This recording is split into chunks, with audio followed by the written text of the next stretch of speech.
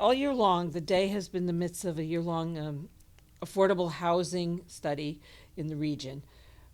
What specifically do you think the legislature should do to help people who can't afford to buy a home and are struggling to rent an apartment? In my opinion, the answer is pretty clear because there's several factors that actually led up to this 30% increase in rents. One being the eviction moratorium, where too many tenants had taken full advantage of that, even though they had the ability to pay. We are overtaxed in Connecticut, and most of that tax burden is put on business owners, property owners, and landlords. And when we can reduce their burden, then we can also reduce rents as well. Another part of that is we have made it very difficult in court to evict a tenant not paying, or a tenant who is just a nuisance and disturbing everyone's peace around them. We've made it very difficult. So now we've had to become, I'm a landlord as well, I own a property management company. We've had to become more strict in our leasing practices, as well as raising the rents to make it all worthwhile. So those are things that we need to focus on, is balance out the eviction process to where it's fair for everybody, and not just fair for the tenant, more fair for the tenants over the landlords, and vice versa. And we need to reduce the tax burden on businesses and landlords as well. Connecticut recently enacted a law designed to provide safeguards against lawsuits for out-of-state patients seeking abortions in Connecticut and any providers who help them. Do you support efforts to make Connecticut such a safe haven? 100%. Look, we have our abortion laws here in Connecticut, and although some folks might feel a different way on this topic, our laws protects a woman's right to choose. That is between her and her doctor. And if someone comes from out of state, from a state that does not allow that choice to be made, and they're done here, our doctors need to be protected. And those folks who even maybe flee here to Connecticut to leave those states that don't allow it, they should be welcomed as well and protected. Absolutely. Our state is our laws, and they're ours and ours alone. And they will be protected as well if I do win this election. Okay. Next is the state's surplus has grown to over $4 billion. Do you support the decision to use some of that money to lower the state's pension debt, or do you think more of it should be returned to the voters, to the taxpayers? Return it to the taxpayers. And the difficult part of that is how. How do you return it to the taxpayers? Do we lower taxes for a couple of years until that tax burden is done? Some years ago, with the income tax. The income tax came in as a temporary thing to where, so that we could build a surplus. But we have a surplus, so maybe our answer is, or one of the things that we can look at is getting rid of the state income tax for a while, if not permanently, because $4 billion of money taken from the voters it's a lot of money. And if you looking at the cost of living these days, I'm sure everybody would like a lot more money back in their paycheck. Okay.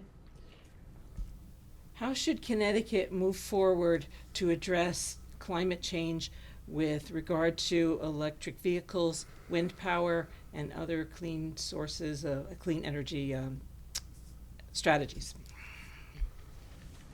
So I have an electric vehicle. I have one. I bought one, and I didn't buy it because it was going to save the planet. I liked it because I bought it because I really liked the car. We're almost there. We need to focus on building our infrastructure a little bit better so that we can more support a higher demand of electric vehicles. And then I know right now we're at a place right now where electric vehicles are just overpriced. They're just too expensive, and most people can't afford them. They are a good idea. We want to keep the idea of it as your choice to have it versus getting to a place where we're going to start demanding that people get electric vehicles. Another vehicle I drive is a Honda Civic. It gets 35 miles to the gallon, and the practices that we are doing here in Connecticut already and across the United States, we are one of the cleanest countries in the world. And focusing on improvements is a good way to go, but we need to be able to support that infrastructure. I love the idea of an electric vehicle, but we still have some work to do. Okay. Do you think the 2020 election was conducted fairly and Joe Biden won? Do you support early voting and voting by mail? So, yes, the 2020 election, the results were the results, and that's the end of that discussion. I think it's time that we move on from that.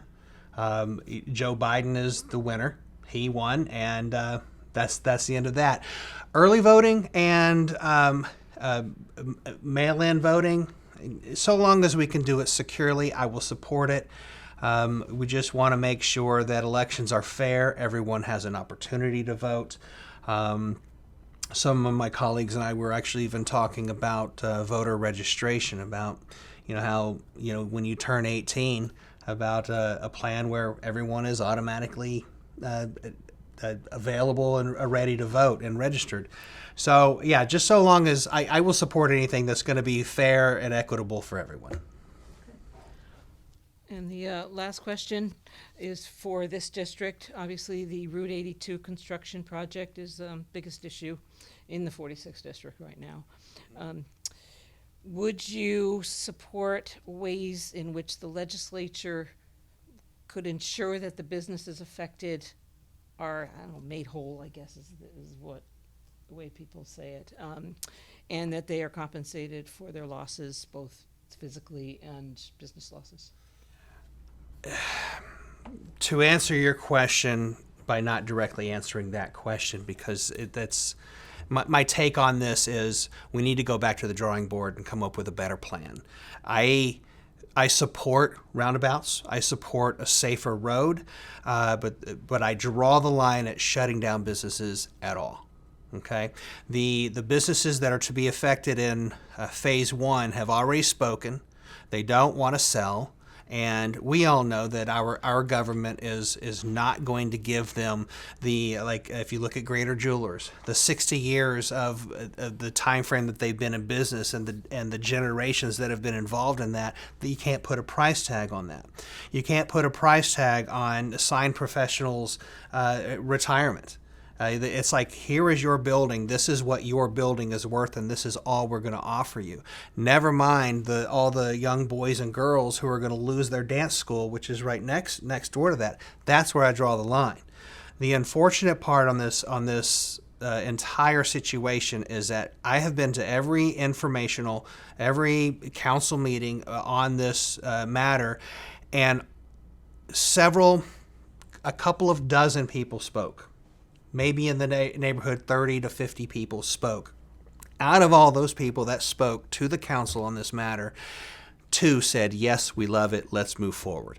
I like the idea of making the road safer, making the road better, but there's one thing I cannot tolerate, and that is our government stepping in and taking away businesses, 1. And number 2, making the road safer doesn't change human behavior.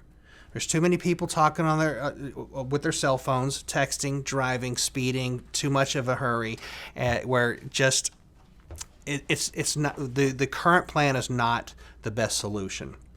And it's unfortunate that our city council did not listen to their constituents that they were voted in to represent, and voted in a manner that was for they'd already had their mind made up.